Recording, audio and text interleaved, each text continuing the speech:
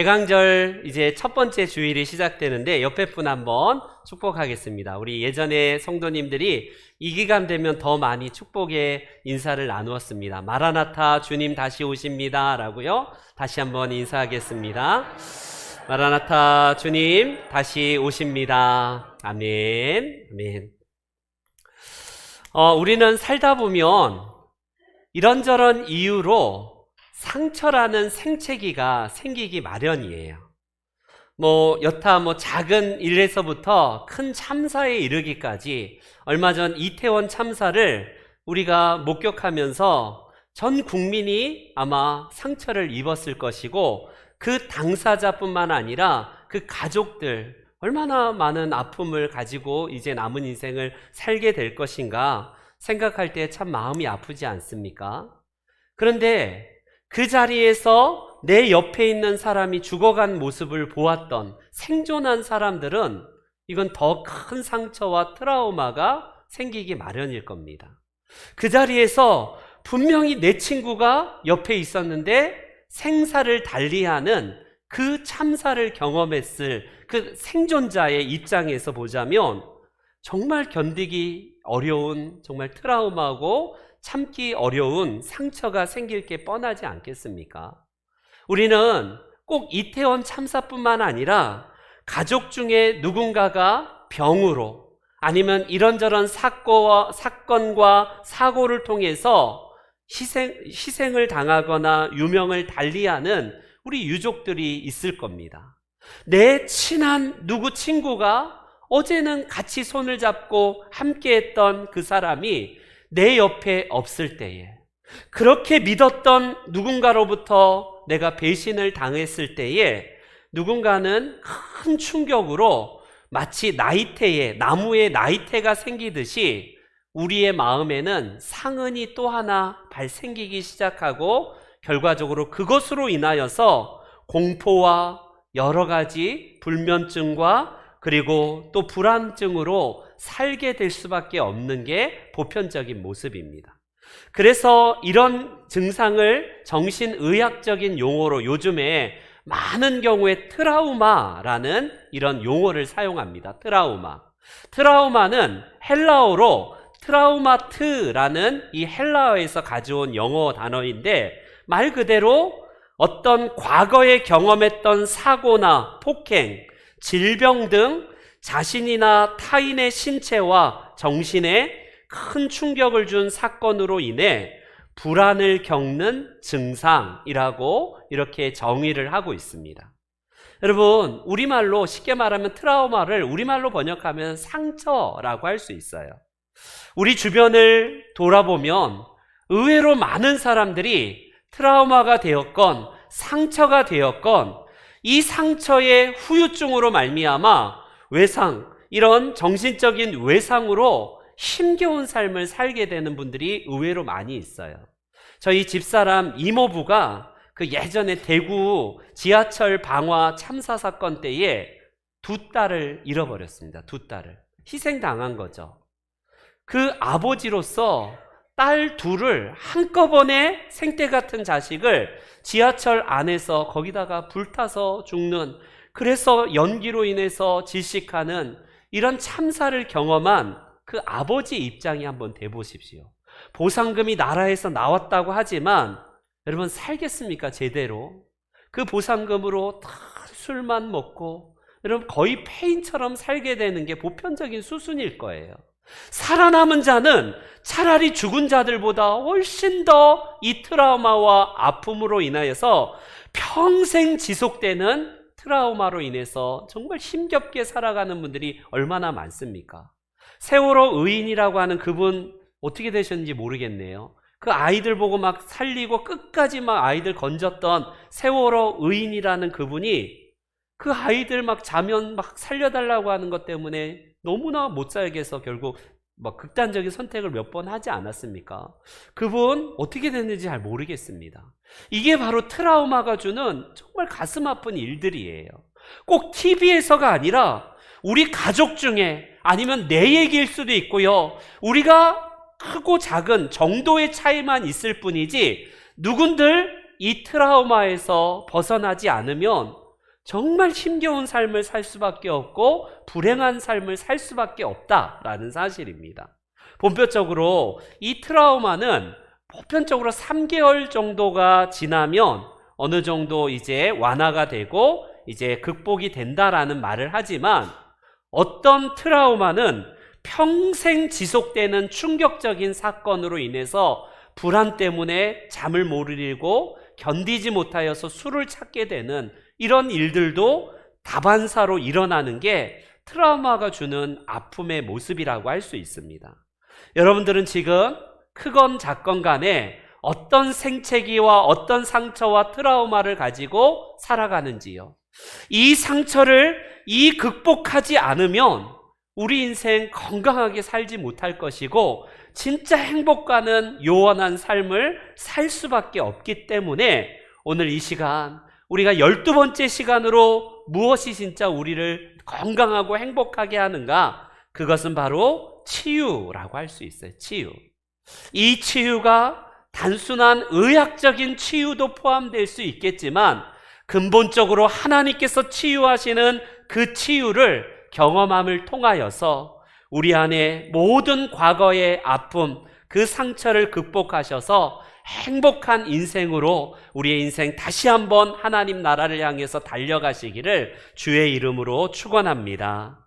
오늘 본문에 나오는 무비보셋이라는 이름은 알 수도 있고 좀 모를 수도 있을 인물일 거예요. 무비보셋. 오늘 본문은 어떤 사람이라고 소개하고 있냐면 바로 그가 사울 왕가의 왕손으로서 이제 그의 인생을 소개하고 있습니다. 여러분, 무비보셋은 사무엘 하의 총 5번의 사건에서 등장하는 인물인데, 그가 등장하는 첫 번째 그 등장 기사에서 사무엘 하 4장에 처음 등장하는 이 무비보셋을 이렇게 소개를 합니다. 성경 기자는 사울의 아들 요나단에게 다리 저는 아들 하나가 있었으니 이름은 무비보셋이라. 전에 사울과 요나단이 죽은 소식이 이스라엘에서 올 때에 그의 나이가 5살이었는데 그 유모가 안고 도망할 때 급히 도망하다가 아이가 떨어져 절게 되었더라. 이렇게 처음 그에 대한 기사를 쓰고 있습니다. 여기서 여러분 중요한 건 뭐냐면 무비보셋은 왕손이에요. 그의 할아버지가 사울왕, 초대왕 사울이고요. 그의 아버지가 요나단입니다. 그리고 그 뒤를 이어서 이제 왕손으로서 요나단을 이어서 왕이 될 만한 이제 운명을 가지고 태어난 이 아들이에요. 그런데 운명의 장난치고는 너무 짓궂지 않습니까? 그가 태어나서 5살 때까지는 왕손으로서 얼마나 행복하게 살았을 거예요. 여러 가지 그를 돌보는 유모를 비롯해서 그에게 정말 귀여움을 독차지했던 이 무비보셋에게 청천벽력과 같은 나라의 운명이 시작이 됩니다. 여러분, 왕손이 몰락하는 그 해가 5살이에요.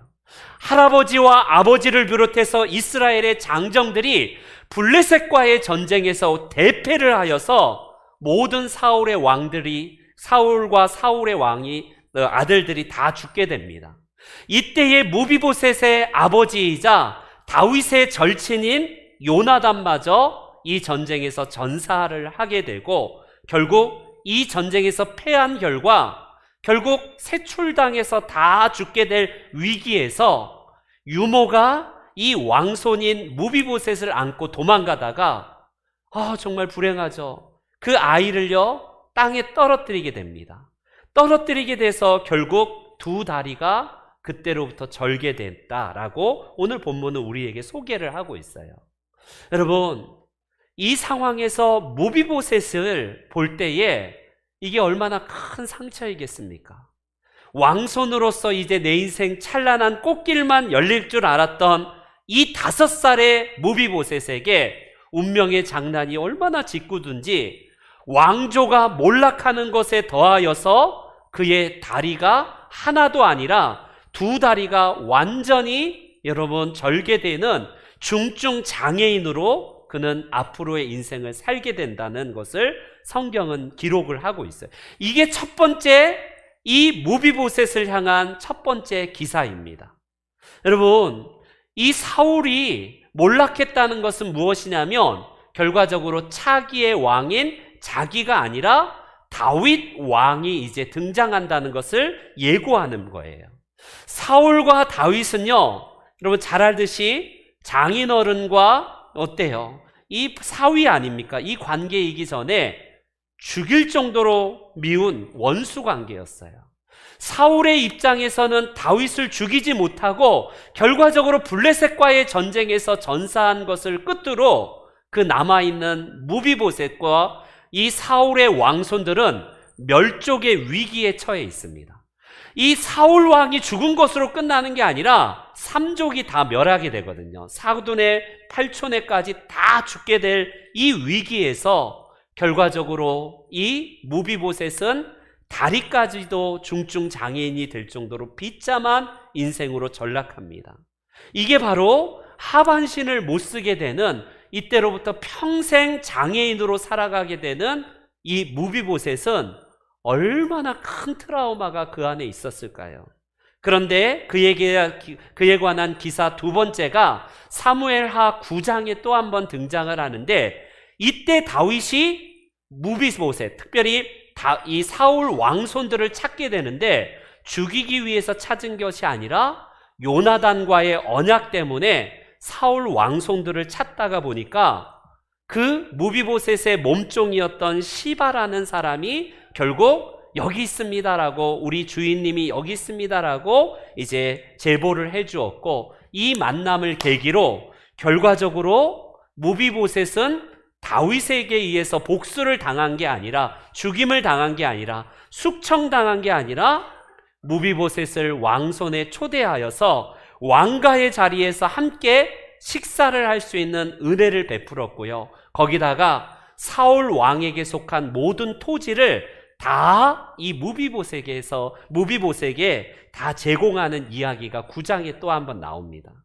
여러분, 그런데 이때의 성경 기자는 이렇게 9장에서 말씀합니다. 무비보셋이 항상 왕의 상에서 먹었으므로 예루살렘의 산이라. 여기까지만 기록하면 딱 좋은데 그 이후에 성경 기자는 이렇게 첨가를 하고 있어요. 그는 두 발을 다 절더라.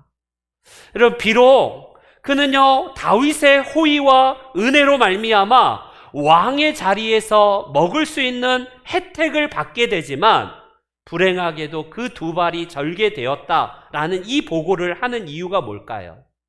왕에게 더 이상 모반을 일으키거나 차기 대권을 노려서 다윗을 무너뜨리는 음모를 꾸미는 인물이 못 된다는 거예요. 이제는 쉽게 말하면 장애인으로서 더 이상 재기할 수 없는 상태인지라 다윗 왕도 요나단과의 우정과 그 언약 때문에 이 무비보셋을 같이 식사를 하지만 언제 저 인간이 나를 또 뒤통수 쳐서 이 나라의 사울 왕가를 다시 한번 일으킬지 모르는 불안이 있지 않겠습니까? 다윗 입장에서는. 그런데 성경 기자는 아예 그냥 그럴 기미를 못 보여요. 두 다리가 절어버린 중증 장애인이다 라고 이렇게 소개를 합니다. 그에 관한 세 번째 기사가 사무엘하 16장에 등장하는데 안타깝게도 압살롬의 반역이 일어나요. 바로 다윗의 아들 압살롬이 아버지를 몰아내고 자기가 왕으로 등극하여서 다윗이 급하게 도망갑니다. 예루살렘 궁에서 급하게 도망갈 때에 이 반란으로 인하여서 어마어마한 참 아픈 경험을 하게 되는 게 다윗이지 않겠습니까? 다윗은 자연스럽게 이제 이 압살롬의 반란 때에 결과적으로 이 무비보셋이 함께 이 피난 대열에 동참할 줄 알았는데 웬걸? 무비보셋이 찾다 보니까 없네요. 아차 싶었지 않겠습니까? 다윗의 입장에서는 내가 내 밥상에서 같이 먹을 수 있는 은혜도 베풀어 주었고 사울에게 속한 모든 토지도 다 주었거늘 이 인간이 나를 또 뒤통수 쳐서 이 계기로 또 한 번 모반을 일으켜서 사울 왕가를 일으키는 건 아니야? 이 무비보셋의 행방에 대해서 물었는데 시바가 거짓말로 답을 하는 겁니다. 맞습니다.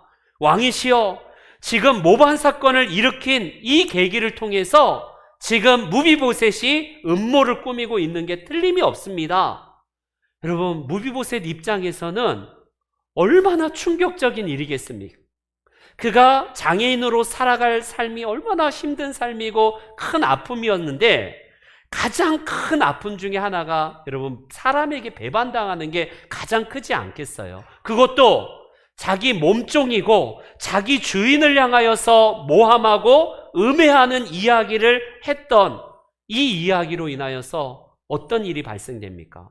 지금 무비보셋에게 속한 모든 사울에 있는 토지를 다 뺏어서 누구에게 주었냐면 다윗이 이 시바에게 다 땅을 주었어요. 여러분, 재산을 빼앗기는 것은 덜 억울할 겁니다. 가장 비참하고 가장 트라우마가 생긴 것은 나를 배신했다는 게 그 큰 아픔이고 상처이지 않았겠어요? 다윗도 아들에게 배신당한 것과 더불어서 무비보셋은 자기 몸종에 의해서 여러분 배신당하고 음해하는 이런 엄청난 일들을 경험합니다.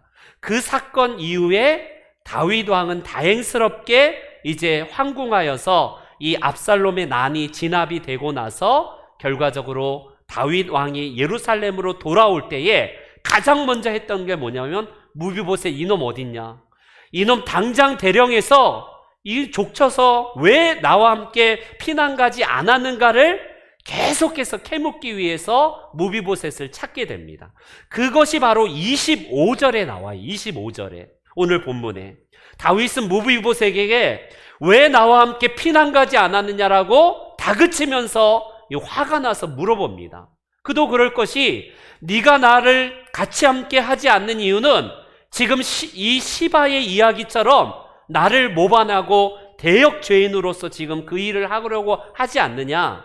그런데 그 이유를 다그치기 전에 성경의 기자가 이 무비보셋의 상황을 이렇게 소개하고 있어요. 24절 다 같이 한번 읽어보겠습니다. 24절 다 같이 시작.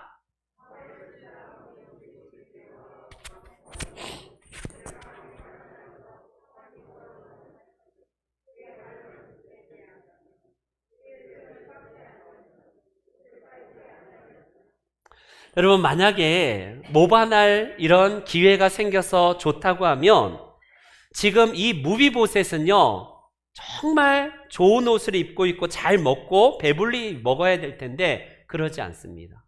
비록 몸은 따라주지 못했지만 그가 예루살렘에 남아서 다윗 왕이 다시 돌아올 때까지 수염을 덥수룩하게 기르고 거기다가 몸도 씻지 않고 옷도 빨지 않는 상태로 남루하고 초라한 상태에서 몰골이 되어서 다윗 왕을 다시 맞으러 나왔다라고 성경은 기록합니다. 거짓일까요? 다윗 왕을 혹시 속이기 위한 계략일까요? 진짜 다윗 왕의 안위가 걱정이 되어서 함께 피난 대열에 함께하지 못했지만 무비보셋은 그 다윗의 고난과 함께했다는 반증을 성경은 기록을 합니다. 그래서 네가 왜 나와 함께 가지 못했느냐라고 다윗 왕이 호통치면서 그렇게 물어볼 때에 26절부터 28절까지 자세하게 내가 왜 가지 못했는가를 이 무비보셋은 다윗 왕 앞에서 설명하는 내용이 오늘 본문의 내용이에요.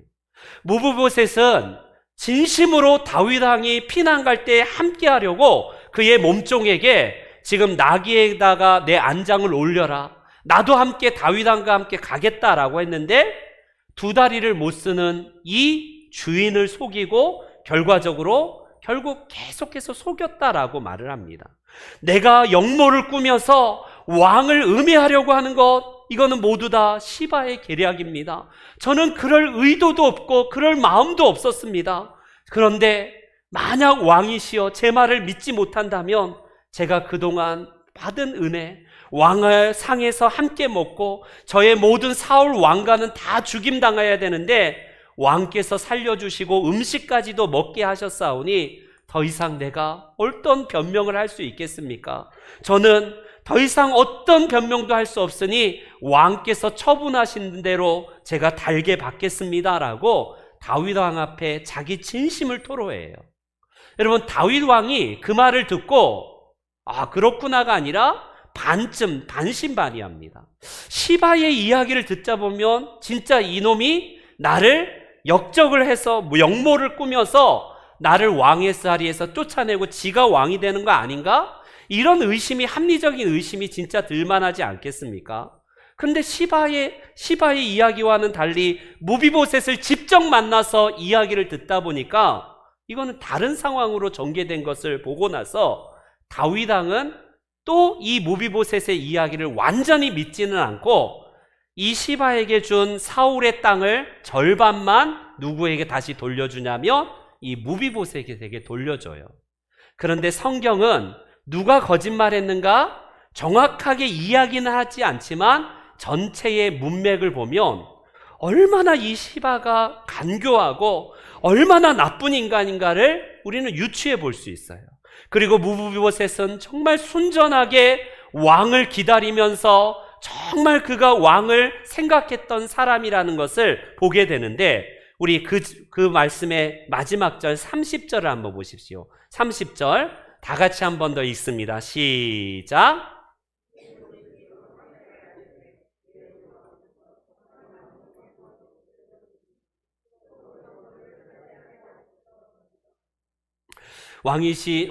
다윗 왕께서 이 예루살렘에 황궁하신 것도 내가 얼마나 감지덕진데 그 땅 저희가 차지한다 한들 무슨 대수가 되겠습니까? 라고 자기의 본심이 뭔가 왕에게 잘 보여서 다시 땅을 차지하려고 하는 그런 게 아닙니다라고 하면서 결과적으로 이 위기에서 역모를 꾸민 죄는요, 이건 완전히 잔혹하게 죽어요. 우리가 잘 알듯이 역성혁명이 일어날 때에 삼족을 멸하는 게 보통 모습 아닙니까? 다윗 왕조뿐만 아니라 우리나라 조선 왕조도 똑같지 않습니까? 자기 친형제 간에도, 자기 아들과 아버지 관계도 왕에 등극하면 다 잔혹하게 숙청해버리는 게, 이게 정말 비정한 이 나라의 역사들 아닙니까? 당장 김정은 보세요. 자기 무슨 외삼촌이 무슨 자기 친척이니 상관없지 않겠습니까? 정적이라면 자기 형제, 배다른 형제도 김정남도 다 제거할 정도로 이게 잔혹한 인간의 속성이에요. 근데 다윗은 나에게 역모를 꾸며 라고 죽을 수밖에 없는 위기에서도 그 말을 반신반의하면서 믿어서 결과적으로 또 한 번의 위기를 넘깁니다. 여러분, 무비보셋이 이 계기로 사는 게 아닐 겁니다. 자기가 정말 믿었던 몸종한테도 배신을 당했는데 언제 또 한 번 무슨 다른 역모가 일어나면 내가 그거와 연루되어서 내가 또 역적 모의를 했다라고 하는 이 불안감에, 이 트라우마 때문에 어떻게 살겠습니까? 그런데 무비보셋에 관한 마지막 기사가 사무엘하 21장에 또 한 번 등장하면서 그가 이제 기사가 끝나고 역사의 뒤안길로 사라지는데, 무비보셋은 결과적으로 참을 당했다, 다윗에 의해서 복수를 당해서 죽었다, 이게 아니라 끝까지 다윗이 배려해서 그의 아버지 요나단 때문에 배려해서 사울 왕이 다윗만 죽이기 위해서 쫓아다닌 게 아니라 얼마나 나쁜 짓을 많이 했던지 기브온 사람들을 잔혹하게 학살했던 일들이 있습니다. 그 계기로 이 기브온의 후손들이 사울 왕의 후손을 좀 저희들에게 7명 내다오라고 이 다윗 왕에게 요청을 합니다.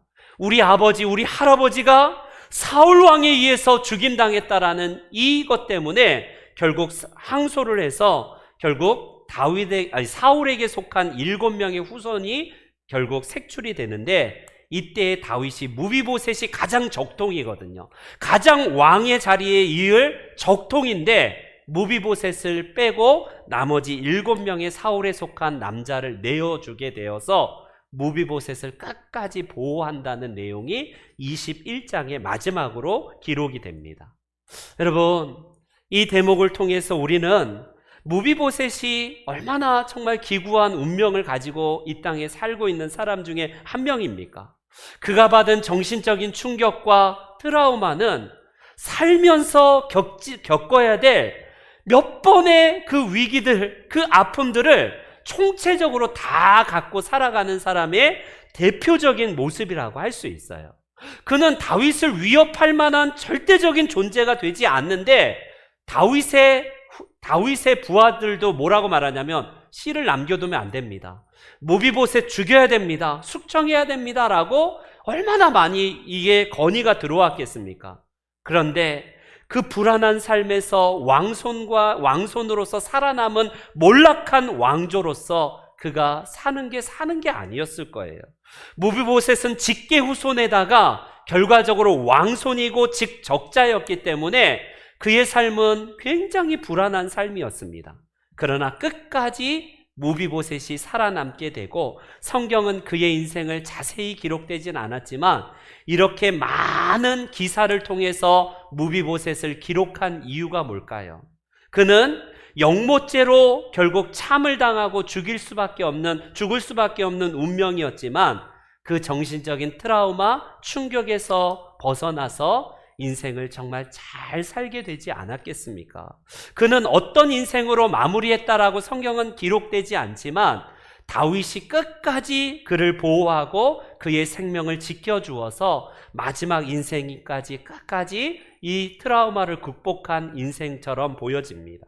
여러분, 이 대목에서 우리는 몇 가지를 이제 우리의 인생에서 교훈을 받을 수 있을 것 같아요. 때로는 저와 여러분들에게 겪지 않아야 될 크고 작은 상처와 트라우마가 우리 가운데 있을지 모르겠습니다. 그것을 생각하면 불안해서 약을 우리가 먹지 않으면 잠 못 이루는 분들도 계실지도 모르겠어요. 벌써 그 사건과 그 아픔이 10년, 20년, 아니 30년 전의 이야기로 내 마음 깊은 곳에 꽁꽁 콘크리트로 다 발라놨는데 어느 순간 그 생각이 불현듯 확확 일어나면 불안해서 잠을 못 이루는 분들도 있을지 모르겠습니다. 여러분, 그게 왜 그럴까요? 우리의 약점, 우리의 상처, 우리의 아픔을 극복하지 못했다는 반증 아니겠습니까? 여러분들 가운데 그런 분들이 있다면 오늘 그 모든 것에서 오늘 무비보셋을 통해서 주시는 하나님의 메시지가 뭘까요? 때로는 우리의 상처와 약점이 때로는 우리를 가로막는 장애물이 될 수도 있지만 그것이 디딤돌이 되고 결국 우리에게 있어서 아름답게 승화가 되어서 인생을 멋지게 살 수 있다는 거예요. 성경에 나오는 장애인들 중에 대표적으로 왼손잡이 에훗을 기억합니까? 사사의 두 번째 사사로서 그를 기록하기를 성경 사사기는 우리말에는 뭐라고 기록하냐면 왼손잡이 에훗이라고 기록이 되고 있는데 원문에 의하면 히브리 원문에 의하면 오른손을 쓰지 못하는 사사 에훗 이렇게 기록하고 있어요.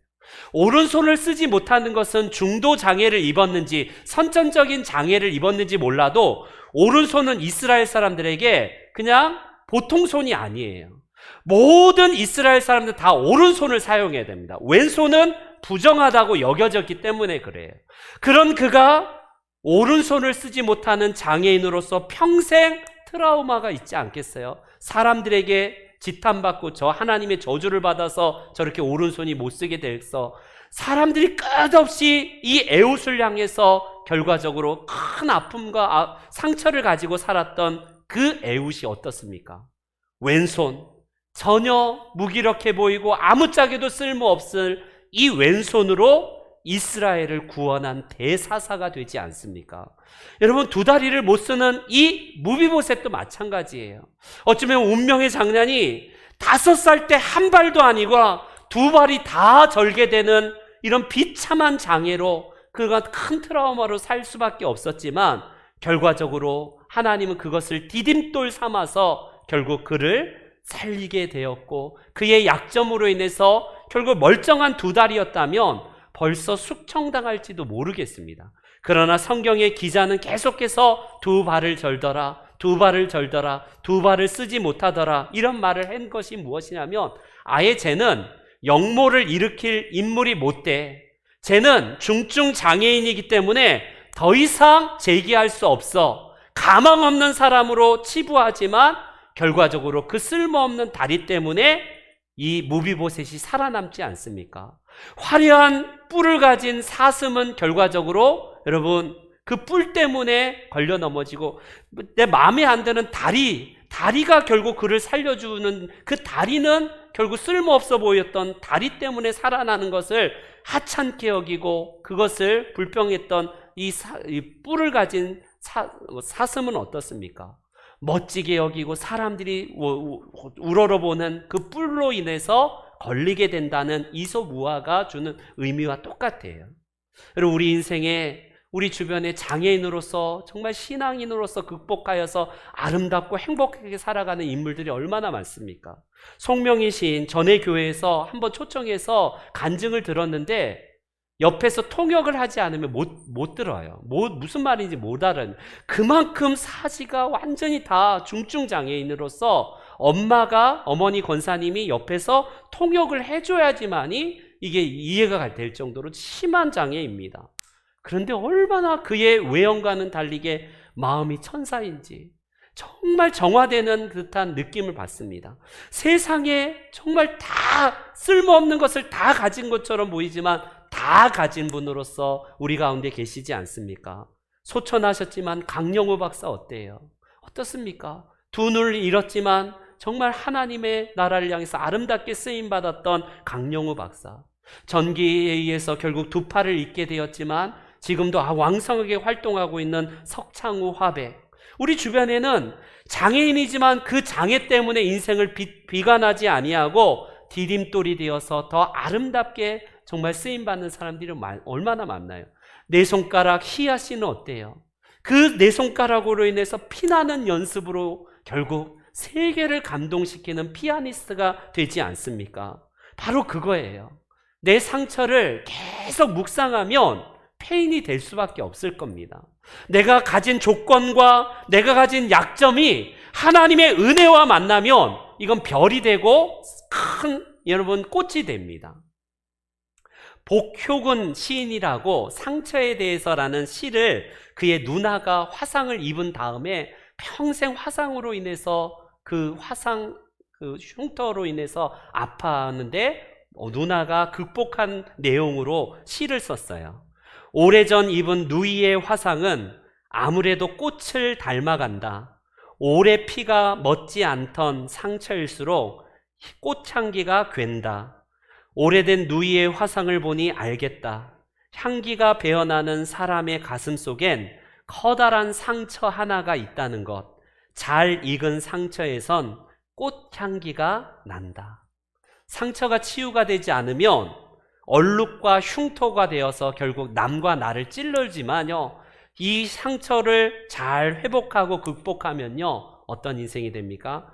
꽃이 된대요. 이 시인은 단순한 시적인 표현이 아니라 그의 누이가 그런 삶을 보면서 복효근 시인은 이 상처가 결국 꽃이 된다라고 표현을 합니다.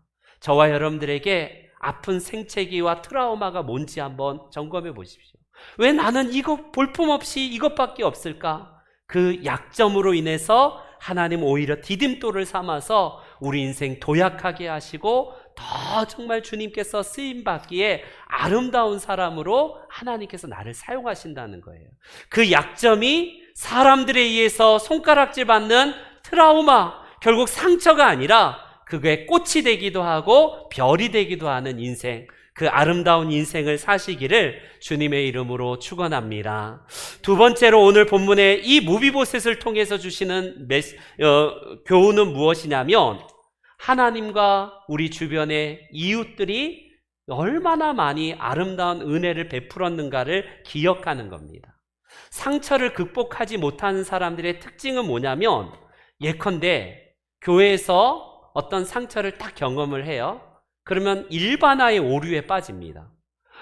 목사들 다 사기꾼이야. 다 목사놈들 다 사기꾼이야. 이런 사람 뭐냐면 목사에게 한번 사기를 당하면 다 목사는 사기꾼처럼 보이는 이런 말을 합니다. 장로들 사기꾼이야. 한 사람이 나에게 저 교회에서는 신실하게 기도하고 성경책 지고 교회 다니지만 나한테 사기친 사람이야. 그러면 교회 다니는 모든 장로들은 다 사기꾼으로 보는 이런 시각을 가진 사람은 상처가 극복이 되지 않은 사람이에요. 여러분, 만약에 무비보셋이 다윗의 은혜에도 불구하고 늘 불안하고 언제 나를 죽이려나? 지금 밥을 지금 겸상해서 먹고는 있지만 저 나를 뒤통수 쳐서 언제든지 나를 죽일 거야. 이 마음을 산다면 이게 사는 겁니까, 인생에? 얼마나 힘겹겠어요. 근데 그가 극복할 이유가 뭘까요? 비록 내 몸종인 시바가 나를 배반하고 내가 역적모의를 꾸몄고 역모를 꾸몄다고 그렇게 뒤통수치고 배반했지만 주변에 얼마나 좋은 사람들이 많아요. 비록 유모가 나를 안고 뛰어서 5살 때 내가 2다리를 절개되고 장애인이 되었지만 유모 때문에 살아남았거든요, 결과적으로.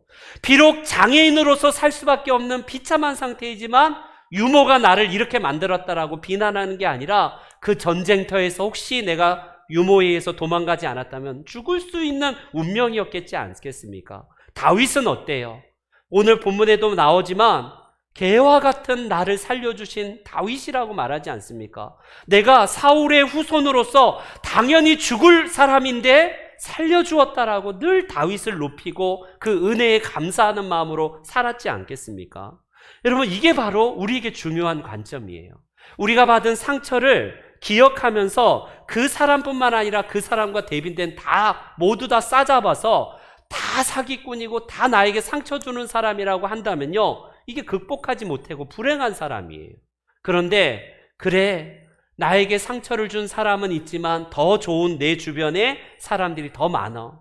그 사람으로 인해서 내가 위로를 받고 내가 격려를 받고 도움을 입어서 내가 하나님의 은혜로 살게 되는 거야. 그분들이 내 방패막이가 되어주고 내 힘이 되어주고 내 2발이 되어주고 2눈이 되어주어서 내가 지금까지 있는 거야. 이 시각을 갖는 게 중요하다라는 사실입니다. 바로 이 무비보셋이 그런 마음으로 살아가지 않았겠습니까? 그는요, 트라우마로 인해서 늘 페인처럼 살게 되고 결국 그 트라우마를 극복하지 못했다면 그의 인생 페인이 되었을 텐데 왕과 함께, 다윗 왕과 함께 평생 다윗의 은혜를 입어서요, 그는요 아름답게 살게 됩니다. 마지막 결론을 맺을게요. 옥스퍼드 대학의 교수이자 기독교 작가인 C.S. 루이스라는 유명한 우리 대학 교수가 있습니다. 지금은 작고하신 분으로서 우리 홍성사에서 이분의 책을 대부분 다 많이 번역을 했는데 얼마나 좋은 책들이 많은지 몰라요. 근데 그가 8살 때 트라우마를 겪습니다. 사랑하는 엄마를 죽게 되는 그 경험을 8살 때예요. 이 아이가 8살 때 결심합니다. 다시는 엄마 생각을 하지 않아야겠다. 내가 우면 루저가 된다, 진다라는 생각 때문에 감정의 벽을 8살 때 딱 쳐놓습니다. 슬픔이 찾아오고 외로움이 찾아올 때마다 감정을 탁탁 통제하여서 공부에 몰입해요. 얼마나 똑똑한지 공부에 집중하여서 그는 결과적으로 영국의 최고의 대학 옥스퍼드 대학의 교수까지도 이제 그는 올라갑니다.